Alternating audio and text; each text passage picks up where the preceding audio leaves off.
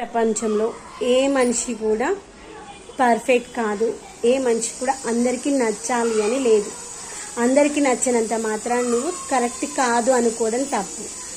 నువ్వు నచ్చిన వ్యక్తికి నువ్వు ఏం చేసినా మంచిగా అనిపిస్తుంది. అప్పుడు ఎదుటి మనిషి ఏమంటారు, నువ్వు నచ్చిన మనుషులు తిని చాలా బాగా చేస్తుంది, ఎదుటి మనుషులతో చాలా మంచిగా ఉంటుంది, మర్యాదగా ఉంటుంది, వచ్చిన వాళ్ళకి మర్యాద ఇస్తుంది అని చెప్తారు.